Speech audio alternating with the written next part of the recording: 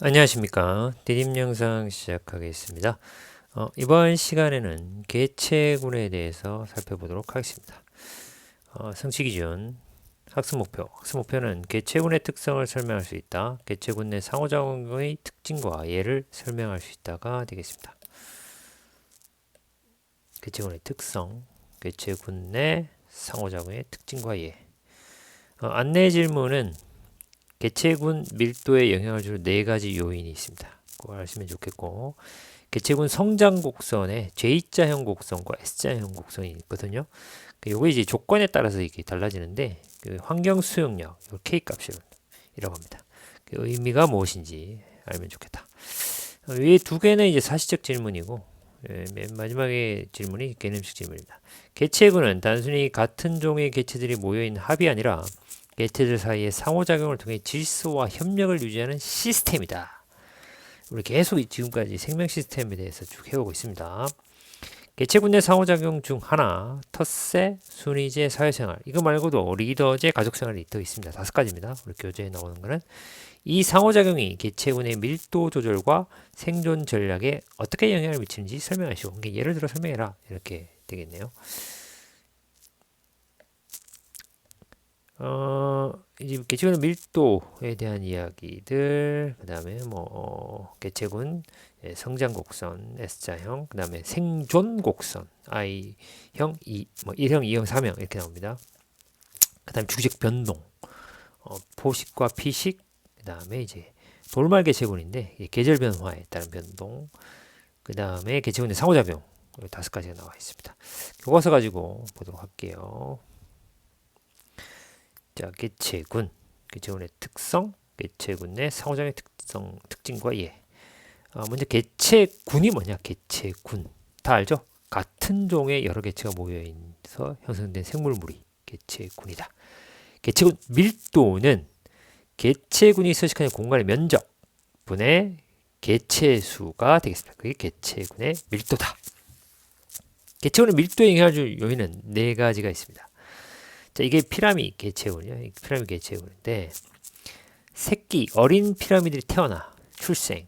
그러면 개체 수가 늘어나죠. 그럼 개체군의 밀도 증가하죠. 또 이 특정 지역에 사는 이 피라미드들이 있었는데 외부에서 다른 서식지에서 옮겨왔어. 이 잎이라고 합니다. 그거를. 그러면 개체군의 밀도가 증가하죠. 반대로 수달이 피라미드 잡아먹네. 사망. 그 다음에 기존에 있는 개체들이 다른 곳으로 가버렸어. 이출. 그러면 이제 밀도가 낮아지게 되죠. 그래서 개체군 밀도의 영향주의는 출생, 이입, 사망, 이출 이렇게 되겠습니다. 자, 그다음 개체군 성장 곡선입니다. 개체군 내 개체수 시간이 지남에 따라 증가하는 것을 개체군의 성장이라고 이걸 그래프로 나타내면 개체군 성장 곡선이에요. 개체군 성장 곡선에는 J자 모양이 있어요. 그러니까 이상적인 환경이야. 이상적인 환경. 그러면 J자 모양을 띄지만 실제로는 환경 저항 있죠. 먹이 저항, 서식 공간의 저항, 노폐물이 쌓이고 경쟁이 있고 질병이 있으면 이런 환경 저항 때문에 J자형으로 이렇게 J자형으로 성장하지 않는다. 어떻게 성장한다? 이렇게 S자로 성장한다. 초반에는 이제 급격히 증가하다가 이 환경 수용력, 환경 저항에 의해서 이런 먹이, 서식, 공간, 노폐물, 경쟁, 질병 이런 것 때문에 이 환경 저항이 가로막혀 가지고 S자 곡선을 만들게 됩니다. 이런 걸 이제 환경 수용력이라고 합니다. 환경 수용력. 개체군의 최대 크기를 환경 수용력으로 나타낸다. J자 곡선은 이론적인 거죠. 네, 그러니까 환경 저항이 없다 가정하면 이게 기하급수적으로 증가하지만 실제로 이 환경 저항 때문에 증가하다가 이 환경 저항으로 일정하게 유지된다. 환경 수용력까지 이거 K 값이라고 합니다. 자, 다음에 개체군의 생존 곡선입니다. 생존. 개체군의 생존 곡선은 한 개체군에서 같은 시기에 태어난 개체들이 연령에 따라 얼마나 살아남은지를 그래프로 나타내는 것이 생존 곡선이에요. 생존 곡선은 1형, 2형, 3형이 있습니다. 자, 1형은 사람, 코끼리 등 자손을 적게 낳지만 초기 사망률이 낮고 수명이 길어 태어난 개체들이 대부분 성체로 성장하는 게 1형입니다. 2형은 다람쥐, 기러기 등 출생 이후 개체 수가 일정한 비율로 줄어들어요. 그 다음에 3형은 굴과 같은 해양 무척추 동물, 어류 등 자손을 많이 낳지만 초기 사망률이 높고 태어난 개체들 성체로 성장하는 개체 수가 적은 게 이제 3형이 되겠습니다. 1형, 2형, 3형이 있는데 이 그래프 나타내면 X축 값이 상대 수명입니다. 0에서 100. 그 다음에 생존 개체수 로그 눈곱으로 나타내는데 1형은 초기 어린 개체들의 그 생존 개체수가 높죠. 왜? 돌봐주잖아. 사람 코끼리 등. 근데 자손 적게 낳죠. 돌봐주죠. 생존율이 높아. 오래 살아남어. 근데 이제 어느 정도 나이가 들면 급격하게 이제 사망하게 되는 거죠. 근데 다람쥐나 기러기 같은 2형들은 전 연령대에서 일정하게 개체 수가 줄어듭니다. 그다음에 3형 같은 거, 굴, 무척추 동물, 어류, 초기에 새끼를 엄청 많이, 알을 엄청 많이 낳죠. 엄청 많이 낳지만 생존율이 급격 많이 떨어지죠. 예, 그래서 성체로 이제 유지되는 개체 수가 매우 적은 이 생존 곡선이 세 가지 형태가 있다. 1형, 2형, 3형. 그 다음 개체군의 주기적 변동입니다. 요거는 통과 시간에도 우리가 했었죠. 눈신토끼, 스라소니죠. 피식자인 눈신토끼, 포식자인 스라소니. 그렇죠. 그래서 피식자인 눈신토끼가 증가하면 같이 증가하죠. 그러고 눈신토끼가 감소하면 같이 감소하고, 눈신토끼 증가하면 스라소니도 증가하고, 눈신토끼 감소하면 먹을 게 없으니까 스라소니도 감소하고, 이런 식으로 주기적으로 피식과 포식 관계에서 일어나고, 그 다음에 이거는 이제 돌말인데 물속에 살며 광합성하는 단세포 생물입니다. 돌말이 계절에 따라서 겨울, 봄, 여름, 가을에 따라서 이게 개체군의 크기가 주기적으로 변한다. 요 초록색이 돌말의 개체수 변화입니다. 겨울에는 좀 낮죠. 봄이 되면 다시 올라가다가 여름쯤에 다시 좀 어느 정도 내려와서 유지되다가 다시 가을쯤에 좀 증가했는데 다시 늦가을 좀 겨울 되면 다시 내려가는 그런 이런 식으로 주기적으로 변동이 됩니다. 근데 이 변동을 일으키는 것 중에 영양염료의 양과 빛의 세기와 수온 이 세 가지가 영향을 끼칩니다. 이게 이제 계절에 따라 달라지는 거죠. 영양염료는 생물이 이용할 수 있는 인산이온이나 질산이온으로 물속의 영양염료는 돌말 개체군 성장에 미친다. 광합성을 하려 그래도 이런 인산이온이나 질산이온 같은 이런 물질들이 있어야 되는 거죠. 겨울에는 돌말 개체수가 작아요. 영양염료도 많죠. 제일 많을 때가 겨울인데. 예, 광합성에 이용할 수 있는 영양염료 많지만 빛의 세기도 뭐 그런 대로 낮지 않아요, 그죠?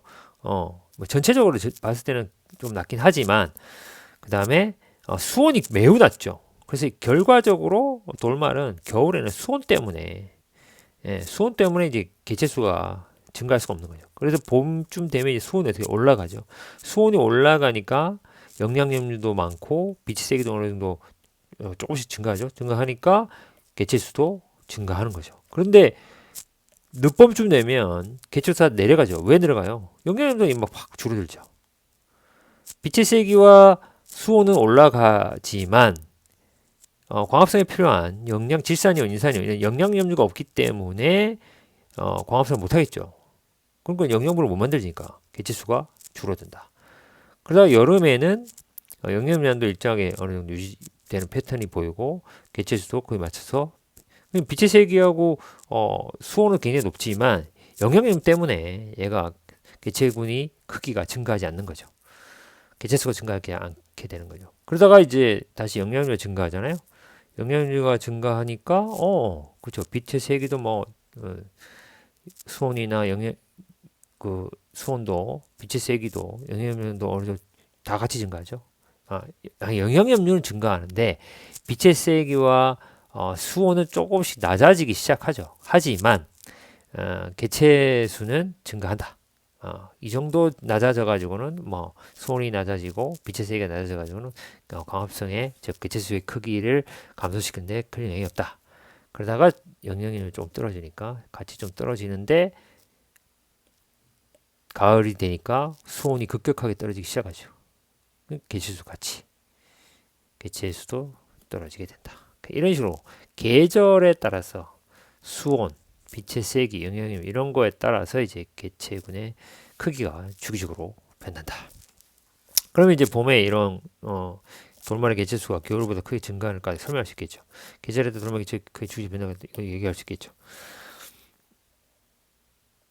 다음 개체군 내 상호작용입니다. 개체군 내 상호작용.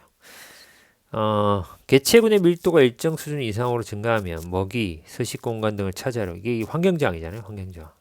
이 환경저항이 생기는데 그러면 이제 경쟁이 생기죠. 종 내 경쟁이 생긴다. 개체군 내에는 텃세, 순위제, 리더제, 사회생활, 가족생활 같은 상호작용이 일어나 종 내 경쟁이 감소하고 개체군 내 질서를 유지한다. 종 내 경쟁은 같은 개체군 내에서 개체 사이에 일어나는 경쟁이 종 내 경쟁입니다. 5가지 상호작용이 있습니다. 5가지. 자, 그러면 까치, 뭐 코끼리, 원숭이, 흰개미, 하이에나, 뭐 이런 거 있어요. 요게 이제 뭐가 있냐면 텃세. 예. 설명 보고 요거 설명 가지고 해볼게요. 텃세. 개체군에서 각 개체가 자신의 서식 공간을 확보하여 다른 개체를 접근을 막고 먹이, 배우자, 생활 공간을 독점하는 것 텃세. 이렇게 확보한 서식 공간을 세력권이라고 합니다. 그래서 물개, 텃세, 하마, 텃세, 까치, 텃세. 그죠? 세 가지 예시가 나옵니다. 텃세는 개체들을 분산하여 개체군 밀도를 알맞게 조절하고 지나친 경쟁을 줄일 수 있게 한다. 그래서 수컷 물개는 짝짓기를 위해 바닷가의 일정 공간을 차지하고 다른 수컷의 침입을 경계한다. 수컷하면 짝짓기를 하기 위해 다른 수컷과 공간을 두고 경계한다. 까치도 마찬가지죠. 까치가 있는데 다른 새들이 들어오면 뭐 까마귀나 이런 게 들어오면 공격을 합니다. 나가라고. 네, 그 세력권을 지킨다. 그 다음에 순위제 보겠습니다. 순위제는 개체군에서 힘의 세기에 따라 개체들의 순위를 정해 먹이나 배우자를 차지하는 것을 순위제라고 합니다. 닭, 순위제입니다. 큰 뿔량. 암탉들은 서로 쪼아가며 싸워 먹이를 먹는 순위를 정한다. 큰 뿔량은 뿔의 크기로 순위를 정하고 뿔의 크기가 비슷하면 뿔치기로 순위를 정한다. 자, 요것도 순위가 정해지면 불필요한 경쟁이 없어지겠죠? 순위가 정해져 있으니까. 센 놈부터 먹는다. 이렇게 되는 거죠. 그 다음 리더제. 리더제는 개체군에서 한 개체가 무리 전체를 통솔, 먹이를 얻거나 위험에 대처하도록 무리를 이끄는 것 리더제. 기러기, 늑대. 예. 우두머리 큰 기러기를 따라 무리가 된다. V자 대형으로 촥 리더가 이동하죠. 자, 그 다음에 이제 우두머리 늑대가 무리의 사냥 시기와 사냥감을 결정한다. 예, 리더제. 그러니까 이제 개체군의 질서가 유지가 되겠죠. 그래서 불필요한 종내 경쟁을 막을 수 있겠다. 그래서 개체군 자체가 더 잘 유지되도록 한다. 그다음 사회생활. 개체군 내에서 각 개체가 생식, 먹이 획득, 방어 등의 역할을 나누고 협력하는 분업화된 체계를 형성하는 게 사회생활이다. 꿀벌, 개미, 이게 사회생활입니다. 왕개미는 여왕개미, 숫개미, 일개미, 병존개미로 역할을 구분한다. 여왕개미와 숫개미는 생식, 일개미는 먹이 획득, 병존개미는 방어 이런 역할을 분담하는 사회생활이다. 꿀벌, 여왕벌, 숫벌, 일벌 그렇죠? 얘네들도 사회생활. 그 다음 가족생활. 개체군 내에서 혈연 관계에 있는 개체들이 모여서 하는 가족생활이다. 사자곰, 코끼리, 개체군에서 가족생활이 나타난다. 가족은 새끼를 함께 돌보거나 보호하고 먹이를 공동으로 사냥한다. 사자는 혈연적으로 가까운 암사자와 수사자들이 모여 함께 새끼를 돌보고 다닌다. 불곰은 새끼가 독립할 때까지 돌보고 사용을 가르친다. 자, 5개년 벌어잡기. 개체군 내에서 하나의 상호작용만 일어날까? 코끼리 개체원에서는 어미와 새끼가 무리를 이루는 가족 생활과 경험이 많은 한 개체가 무리 전체를 통솔하는 리더제가 함께 나타난다. 그렇죠? 한 그 개체군에 하나의 상호작용만 있는 건 아니다. 여러 가지 상호작용이 복합적으로 나타날 수도 있다가 되겠습니다. 자, 이번 시간에는 개체군에 대해서 살펴봤습니다. 개체군의 특성과 개체군 의 상호작용. 그래서 성장곡선, 생존곡선, 그다음에 상호작용 5가지 종류 이런 것들을 살펴봤습니다. 수고했습니다.